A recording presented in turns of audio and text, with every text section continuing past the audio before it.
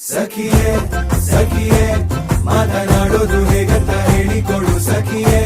ಸಖಿಯೇ ನನ್ನ ಕಣ್ಣನ್ನ ನೀನಾಗೆ ಓದಿ ಬಿಡು ಸಖಿಯೇ ಸಖಿಯೇ ಮಾತನಾಡೋದು ಹೇಗಂತ ಹೇಳಿಕೊಡು ಸಖಿಯೇ ಸಖಿಯೇ